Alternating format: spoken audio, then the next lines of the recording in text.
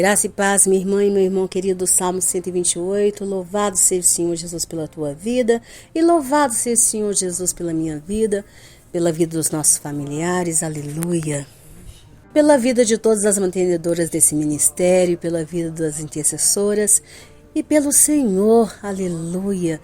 Por mais uma oportunidade que o Senhor nos dá de estudar a palavra de Deus e começamos aí, hoje o capítulo 30 do versículo 1 ao 16, em nome do Senhor Jesus. E para você que ainda não me conhece, meu nome é Giovana Cristina e eu sou a líder das intercessoras do Relógio Mundial de Oração, que tem sempre o objetivo de orar por você e pela sua família, despertando em você a fé de que é orando uns pelos outros que nós seremos curados e que a oração de um justo pode muito em seus efeitos.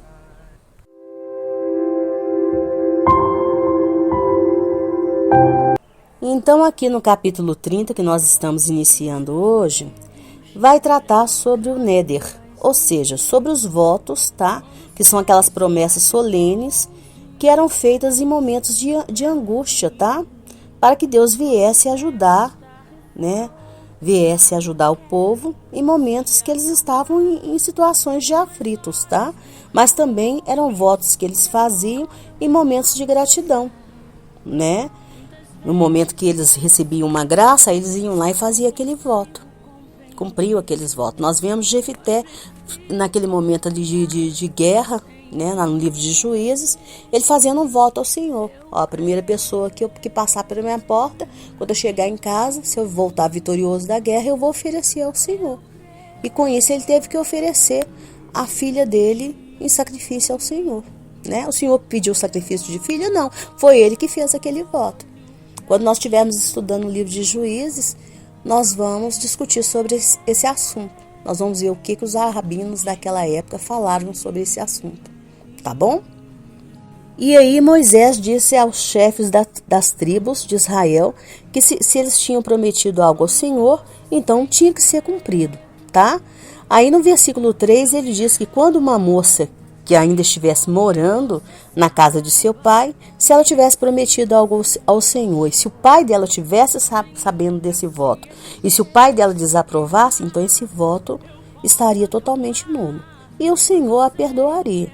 E se ela também fosse solteira, mas se depois ela casasse, e aí o marido soubesse desse voto e desaprovasse, então esse voto também seria considerado nulo. Ela estaria desobrigada de cumprir aquele voto. Entendeu? É o Senhor reforçando perante as mulheres solteiras e casadas a autoridade do marido e a autoridade do pai. Mas aí veja que no versículo 9 diz que as viúvas e divorciadas, essas deveriam dar ao Senhor exatamente o que elas prometeram. E isso porque elas não tinham sobre elas, como elas já tinham saído da autoridade dos pais, e não tendo marido, elas não tinham sobre elas mais essa autoridade do marido para anular esse voto. Então elas tinham que cumprir aquilo que elas realmente prometeram ao Senhor. Entendeu? E o versículo 16 termina dizendo que estes são os regulamentos que o Senhor tinha dado a Moisés a respeito das promessas, ou seja, dos votos que eram feitos por moças solteiras e por mulheres casadas.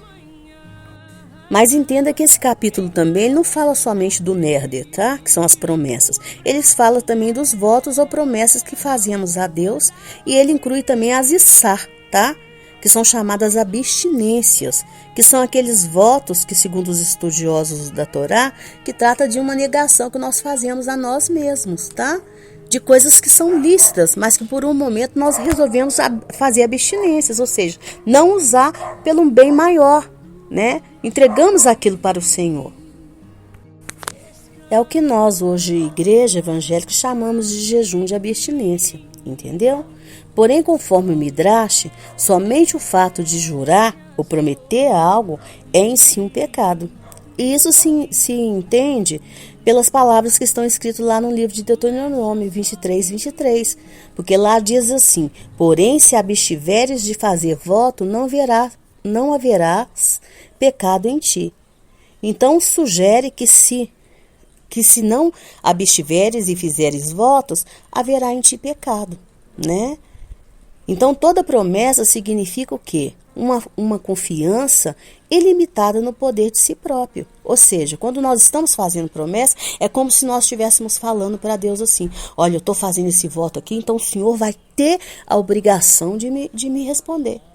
É como se a gente estivesse impondo ao Senhor algo. Eu já falei isso aqui no outro estudo. Quando você está fazendo jejum, não é para impor ao Senhor nada. Não é. E sim para adorar ao Senhor. Porque se você estiver fazendo um jejum com a intenção de impor ao Senhor algo, de obrigar ao Senhor ao te atender naquela situação que você está sofrendo, então, na verdade, você está cometendo um grande pecado perante o Senhor. É o que os rabinos falam aqui, é o que os estudiosos da Torá, é como eles interpretam a palavra de Deus. Entendeu? É por isso que existem rabinos que estudam, são especializados nessa causa do Néder. É como um advogado que estuda, que ele é especialista somente naquela causa. Tá? Em Israel, quando uma pessoa, eles levam as coisas muito a sério. Quando uma pessoa realmente é religiosa ali, ela realmente cumpre o judaísmo, né? O judaísmo ali ortodoxo, quando ela tem um voto e ela quer realmente anular aquele voto, ela procura ali, não somente na sinagoga, o rabino, mas também ela se cerca de 3 pessoas, sendo que uma delas tem que ser especialista naquela causa sobre o Néder, sobre causas de promessa, especializado naquilo, para sentar e ver qual foi o voto que a pessoa fez ao Senhor para ser anulado, porque eles levam essa questão muito a sério. Eles não são como nós. Nós usamos essa questão de estamos debaixo da lei e não debaixo da graça. Para quê? Para a gente ficar por aí, prometendo coisas para o Senhor num dia e no outro dia nem lembrando o que nós fizemos. Entendeu, minha irmã? Entendeu, meu irmão? E nós não podemos ser assim. Nós ficamos nessa de ficar lendo só o Novo Testamento. Para quê? Eu não consigo entender nada que está ali na Torá, nada que está ali no Pentateuco. Nada que está ali no Velho Testamento, para quê? Para ficar tendo uma vida relaxada com o Senhor. Isso não agrada o nosso Deus. Aí o Senhor levanta pessoas para estar te ensinando a Torá, para te ensinar a lei de Deus, e você nem participa desses estudos. Você acha que isso agrada ao Senhor? Não agrada, minha irmã. Não agrada, meu irmão. Porque Jesus, ele não veio para anular a lei de Deus, ele não veio. Ele veio para cumprir. Jesus não, quanto mais você entende os 5 primeiros livros da Bíblia, você vai ver que Paulo, Jesus, os discípulos não falaram nada de novo. Eles falaram tudo o que está aqui, tudo de acordo com o que está escrito na Torá. Entendeu? Embora eu já falei a metade da sabedoria para nós hoje, mas qual a sabedoria para nós hoje? Bem, dentro da tradição judaica, eu já te falei aqui que essa questão da promessa é algo muito sério, tá? E assim como Moisés começa dizendo a sua fala aos cabeças das tribos de Israel, por isso que é algo muito sério, né? E por isso que essa pessoa religiosa em Israel, ela para desfazer de uma promessa, ela realmente tem que procurar os seus líderes, né? E tem que conversar com eles, né? E um deles tem que ser especializado nesses assuntos de Nedarim, né? Que são as promessas, né? Entenda que aqui, nesse texto, a gente vê bem claro que o pai e o esposo, ele poderia anular as promessas que eram feitas, né, pela filha, e o marido, o pai poderia anular as promessas que eram feitas pela filha, e o marido poderia também anular as promessas que eram feitas pela sua esposa, né, ele poderia. Então aqui, qual a sabedoria para nós hoje, né, é saber que o Senhor nos perdoa quando nós passamos por cima de promessas, nós anulamos, nós não podemos cumprir aquelas promessas que não são aceitas pelos nossos pais, né? E que não são aceitas pelos esposos, entendeu? Porque é mais agradável ao Senhor que uma filha solteira obedeça à autoridade do seu pai, seja submissa à autoridade do seu pai. E é mais agradável ao Senhor que uma esposa seja submissa à autoridade do seu marido, né? Aí você pode perguntar assim, mas irmã, Então se meu marido me mandar eu roubar, eu tenho que roubar e o Senhor se agrada disso? Não, minha irmã. Eu não estou falando sobre isso, minha irmã. Porque aí você está pecando contra o Senhor. Mas eu estou falando sobre néder, sobre promessas. Você não é bobinha, tá? Você não é bobinha. Ainda que você seja uma menina, você não é bobinha. O Senhor não te chamou para ser bobinha ou para ser bobona. Entendeu? Você sabe muito bem o que é néder, o que é promessa, o que seriam os néders. A mulher sunamita, ela fez um néder ao Senhor. Ela falou, eu vejo que esse homem, quando Eliseu passou profeta, ela falou, eu vejo que esse homem é um profeta de Deus. Olha, eu vou construir aqui para ele aqui, ó, um quarto, vou colocar nele uma cama, um lugar para esse profeta passar e ele descansar. E o marido dela ouviu aquilo ali é o que era uma promessa que ela estava fazendo para o próprio Deus de Israel. E o marido dela anulou? Não, ele aceitou.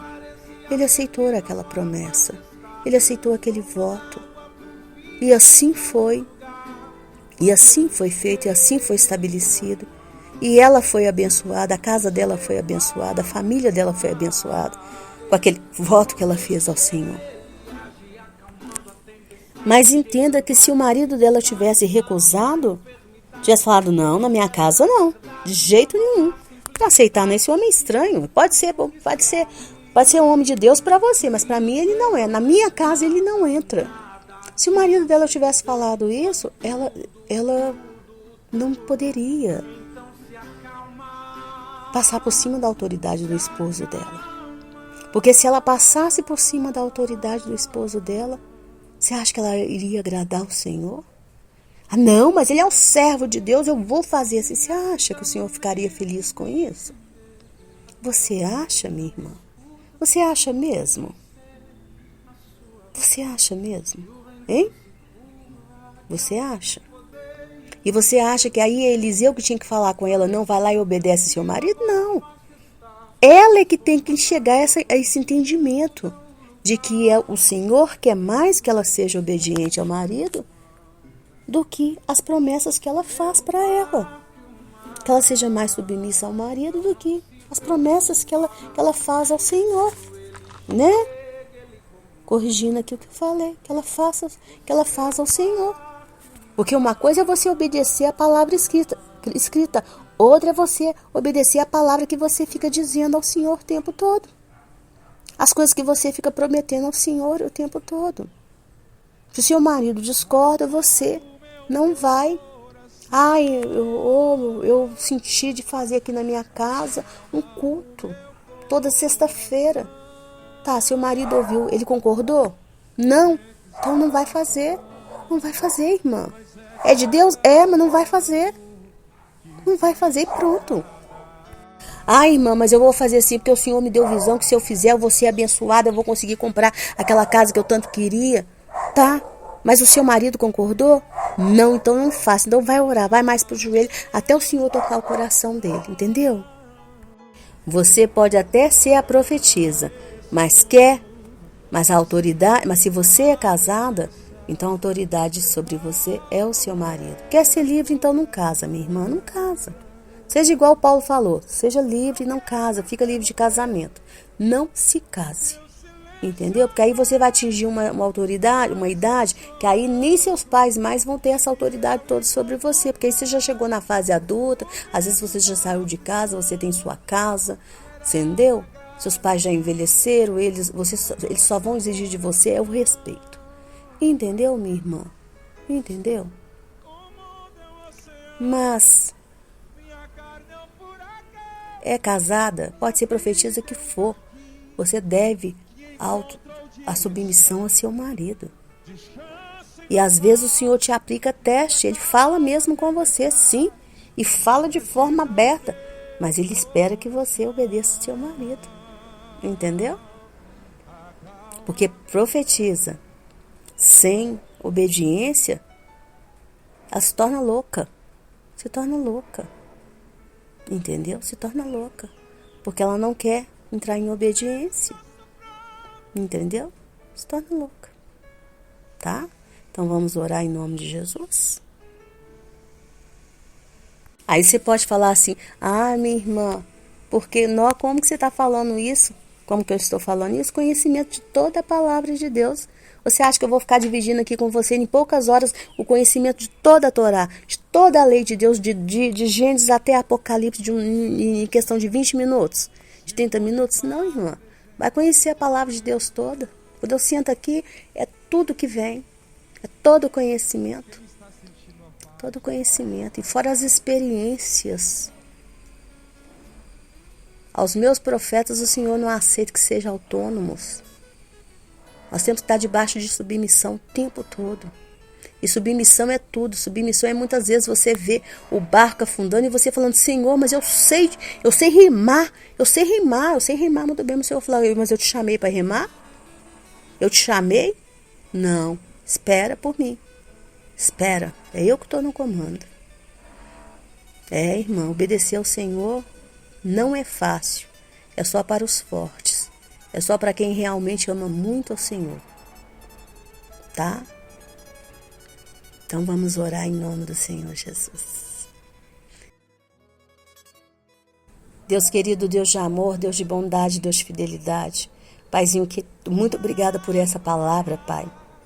Eu te louvo pela minha vida, eu te louvo pela vida dos intercessores desse ministério, pela vida dos mantenedores, Pai. E te louvo, Senhor, por esses jejuns de gratidão que são feitos pela vida desses mantenedores, Pai. Não são jejuns, Pai, jejuns te impondo nada, mas são jejuns de gratidão que o Senhor mesmo pediu que eu fizesse, Pai. Para que eles sejam pessoas abençoadas, Pai. Abençoadas, porque são essas pessoas que ajudam a manter outros ministérios, que ajudam a manter os missionários, Pai, principalmente ali na terra de Israel. Então, muito obrigada, Pai querido, muito obrigada. E hoje, como igreja, eu te peço, Pai, se porventura saiu algum voto da nossa boca, algum néder da nossa boca, Pai, que foi anulado, Pai, que nós deixamos de cumprir, que o Senhor nos perdoa, Pai, pelos votos impensados que fizemos, pelos votos de tolos que fizemos, por aqueles que prometemos e que não cumprimos, Pai. Nos perdoa, Pai, em nome do Senhor Jesus, por toda falta de sabedoria, Pai, em nome do Senhor Jesus. E que cada vez mais, pelo conhecimento da Tua lei, pelo conhecimento da Tua Torá, Pai, que o Senhor venha nos fazer de nós pessoas sábias, pessoas inteligentes, cada vez mais mulheres inteligentes, que os homens da nossa família se tornem homens inteligentes, homens conhecedores da Tua lei, da Tua Torá, Pai, em nome do Senhor Jesus, para que não venhamos pecar contra Ti. Tua palavra fala, guardei a Tua palavra no meu coração, para não pecar contra Ti. Que assim seja, Pai, na nossa vida, na vida das nossas crianças, dos nossos jovens, dos nossos adolescentes, dos nossos idosos, Pai, de nós mulheres, dos homens da nossa casa. Nos guarda, Pai, dê ordem aos Teus anjos a nosso respeito o tempo todo, Pai, em nome do Senhor Jesus, para guardar nossa entrada e nossa saída de todos os lugares. Em nome do Senhor Jesus. E se tem uma promessa que nós queremos cumprir diante do Senhor, Pai, é que nós venhamos, Senhor, verdadeiramente nos esforçar todos os dias para sermos, Pai, pessoas cada vez mais parecidas contigo, Jesus, cada vez mais parecidas contigo. Que o Senhor tenha misericórdia de nós e nos faça cada vez mais crescer a estatura do varão perfeito, que é Cristo, em nome do Senhor Jesus. Nos abençoe, Deus querido, em nome do Senhor Jesus. Nos santifique em nome do Senhor Jesus. Abra as janelas do céu, derrame bênçãos sob medida sobre a nossa vida, Pai, em nome do Senhor Jesus. Pois queremos, Deus, ser dizimistas fiéis, ofertantes, sustentadores de profetas e de missionários, Pai. Não nos deixe, Senhor, faltar o pão diário, sustento, Pai, moradia, Pai. Assistência médica, Pai, tende misericórdia, Pai, nos faz encontrar favor desde o homem bom que existe nessa terra até o homem mau. Que todas as pessoas perversas dessa terra, Pai, fujam diante de nós, Pai, fujam diante de nós. Nos defende, Pai, com mão forte, com mão poderosa, Pai. Em nome do Senhor Jesus, defende os nossos filhos, as nossas casas, as nossas crianças, Pai, o nosso povo. Todos aqueles por quem nós pedimos, por quem nós oramos, Pai. Tenha misericórdia, Pai. Se não for a misericórdia do Senhor, Pai, o que vai ser de nós, Pai? Defende a nossa nação, defende o povo de Israel, Pai. Tende misericórdia. Defende a Tua igreja, Pai, com mão poderosa. É o que eu te peço como igreja, Pai. Em nome do Senhor Jesus, amém, amém. Amém, minha irmã. Amém, meu irmão. Que chegar na presença do Senhor Jesus e ganhar aquele abraço gostoso dele, seja a tua maior ambição, mas que até lá você colabore com Deus para que toda a tua família seja transformada na família do Salmo 128. Meu nome é Giovana Cristina, tenha sempre em mim uma irmã para te ajudar em oração. E eu volto amanhã, se o Senhor assim permitir, mas não perca mais tarde a oração que é feita com a nossa irmã querida Maristela Miranda. Um beijo, fique com Deus, amo você.